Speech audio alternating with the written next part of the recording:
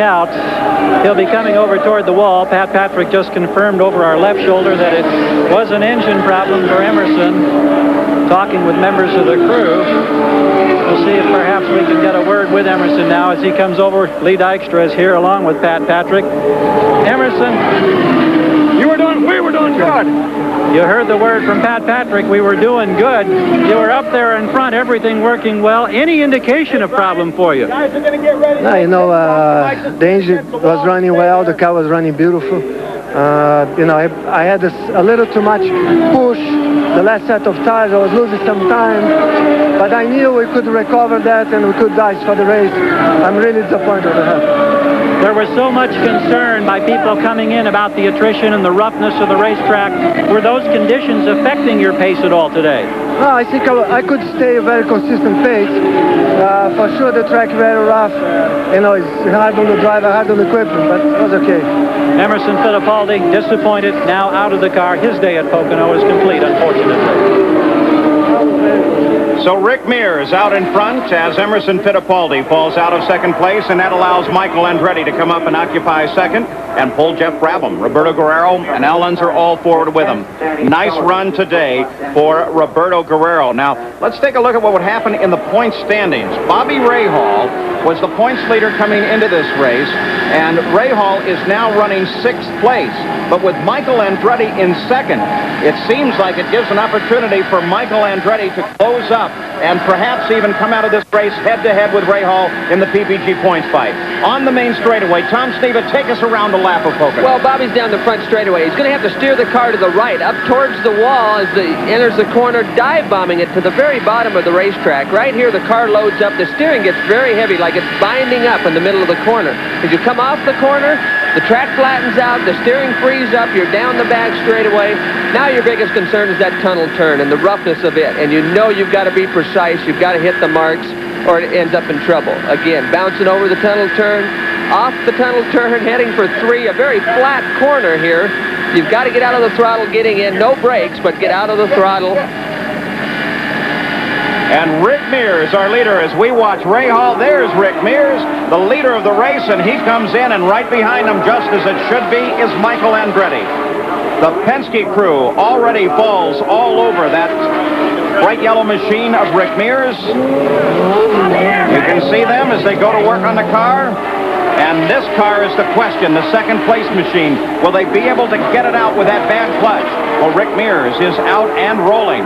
18 seconds, the stop for Rick Mears. They spin the wheels up on the jacks. It doesn't work for Michael. He shakes his head in frustration. The engine is dead. Now can they get it started? Really, they ought to push it, Tom. They ought to, but I can't believe they weren't ready with the starter to go over the wall. And the wing came off the car when they did that. So now they're changing the rear wing on the car. Terrible moment for Michael Andretti. They tried a trick. It didn't work. It didn't work, but it's showing the fatigue on the race car. Let's go to the pits. Gary Gerald. I think Tom hit it right on the nose. The first visible sign of fatigue on the race car. The whole rear wing assembly fell off. The crew swarms over it. Last year, Michael had a problem early in the race, went 3 laps down, fought his way back up into the top 3.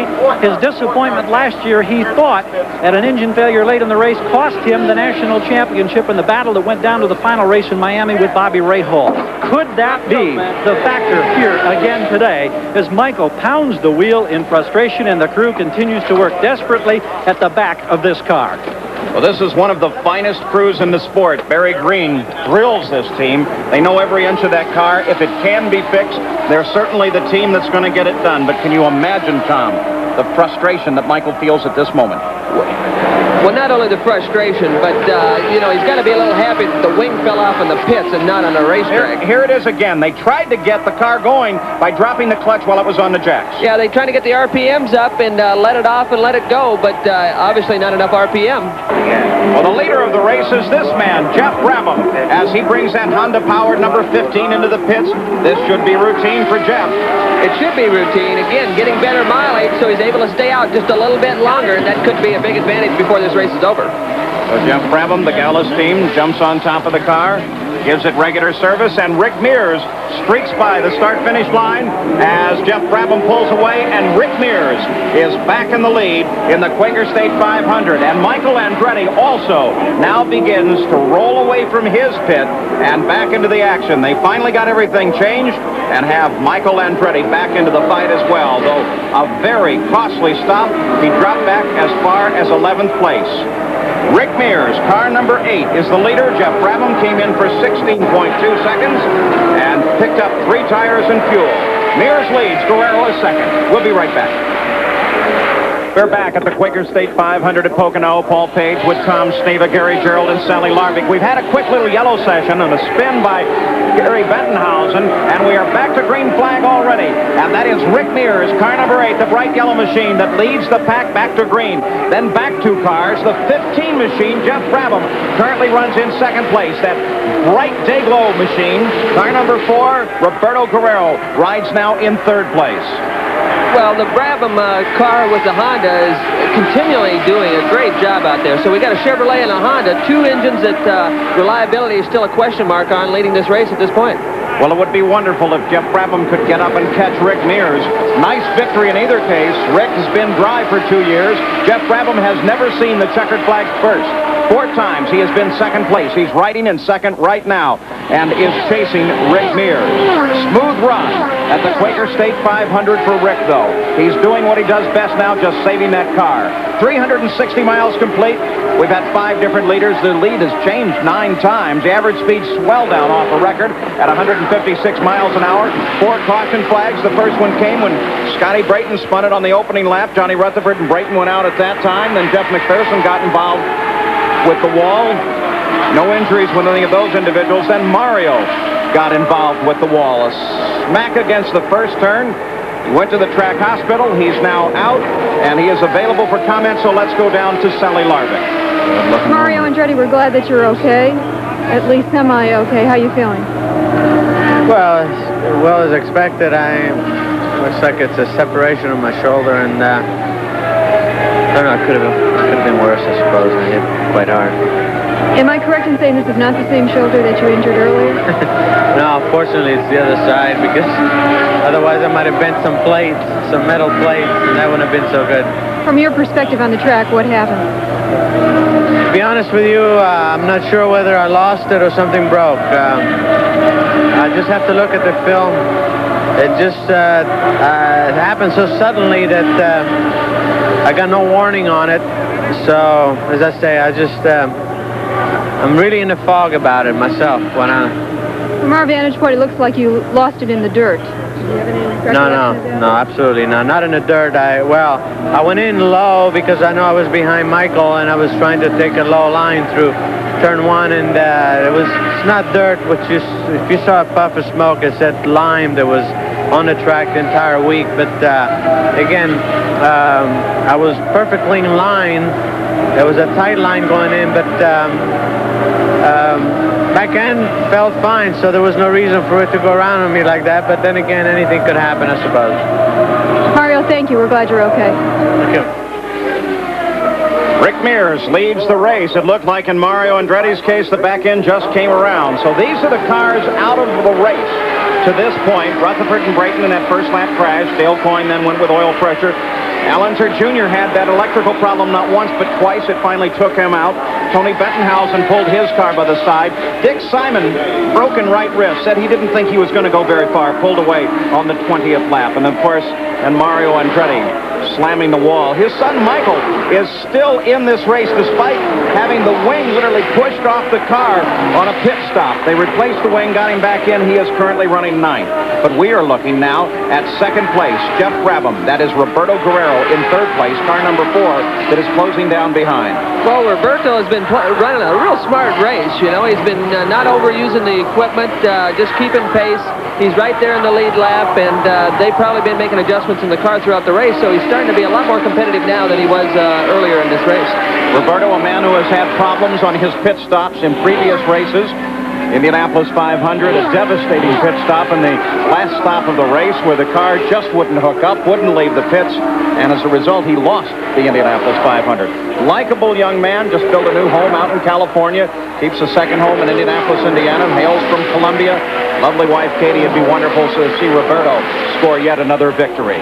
We started this race with 26 cars. 16 of those are still running. Rick Mears leads it. Jeff Brabham and Roberto Guerrero chase him. Only 3 cars on the leader lap at the moment. And Bobby Rahal, who fell back into the teens, has now worked his way up to 4th place, and he is 2 laps behind the leader. Well, Bobby's done a good job trying to get things back. He's running almost as quick as the leaders, and with the green flag stops and the good pit stops that his crew obviously always gives him, he's back in action. You're on board with Bobby Rahal right now, running in 4th place. Again, onboard camera gives you a little bit of insight. We can't see as much of the driver as we'd like to here. You can see his hand pop up there a little bit, showing the kind of action that he's going through. A little visor problem, signaling possibly. Well, if Bobby Rahal would continue running in 4th place, he would finish with 133 points. To Rick Mears, how do you look on the fact it's been 2 years since your last win? Well, it's always frustrating, to have something like that, but it's just something you deal with each day. Each race, you go race to race, and, you always see a little light at the end of the tunnel that makes things look a little better. Or, we've had some good accomplishments, even though we haven't won races. We've set on some poles, and we've set some records, and that kind of thing. So that always kind of brightens things up a little bit, and that helps carry you through, that kind of thing. Now, if a guy wasn't having any of those either, then it would be a little more difficult, but... And with the team we have, with the Penske team, you always know that eventually, that's another thing that keeps you going. You know it's going to get turned around sooner or later. It just hasn't gotten turned around as soon as we would have liked it to, but it will happen. Well, that light at the end of the tunnel for Rick Mears may be just 100 miles away, and it may be checkered when he gets there. Rick Mears leads it. Jeff Brabham chases in 2nd. We'll be back. Pocono, this is Paul Page with Tom Sneva, and this situation developed just moments ago. Al Unser spun, bringing out the yellow, and that brought his teammate Rick Mears into the pits. Now, this was a routine stop for the Penske team. Quick service, out and rolling.